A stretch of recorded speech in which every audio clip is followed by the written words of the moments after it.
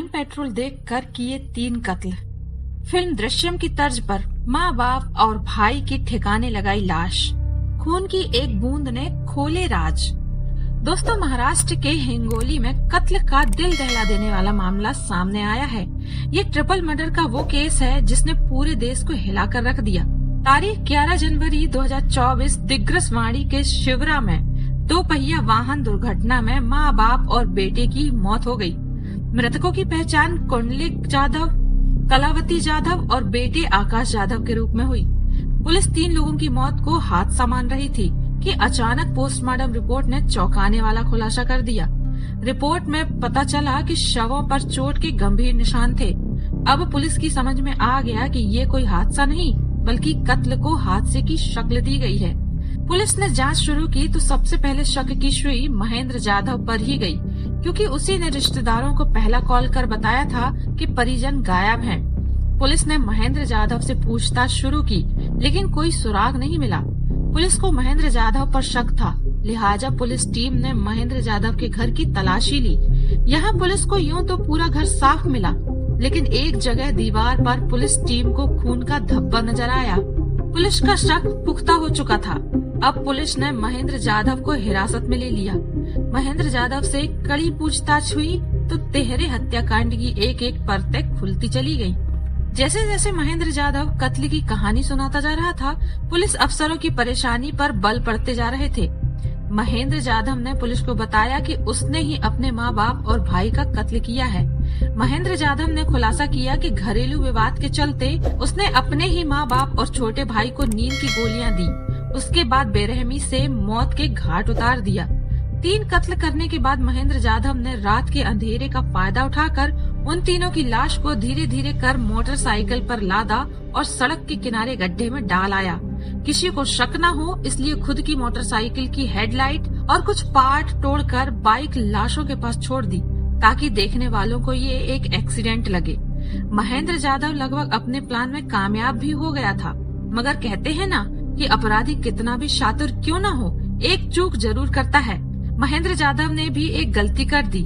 जहां पर वारदात को अंजाम दिया था, उसी घर की दीवार पर लगे खून के निशान मिटाना भूल गया और वही निशान उसकी गिरफ्तारी का सबसे बड़ा सबूत बन गया।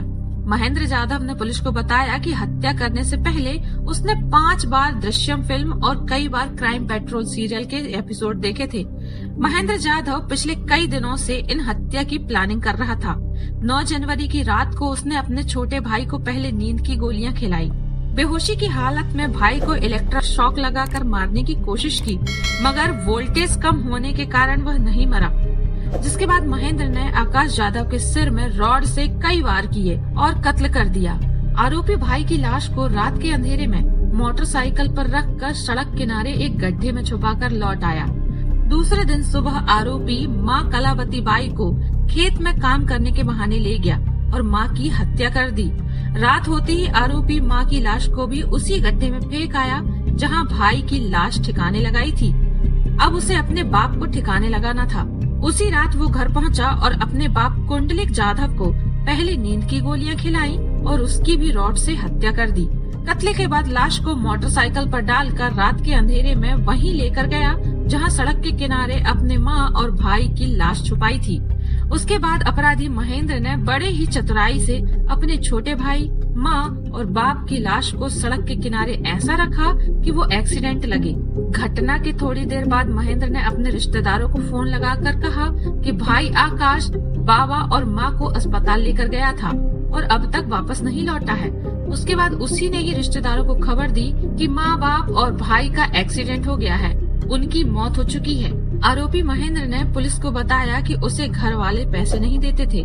पैसे मांगने पर उसे ताने मारते थे।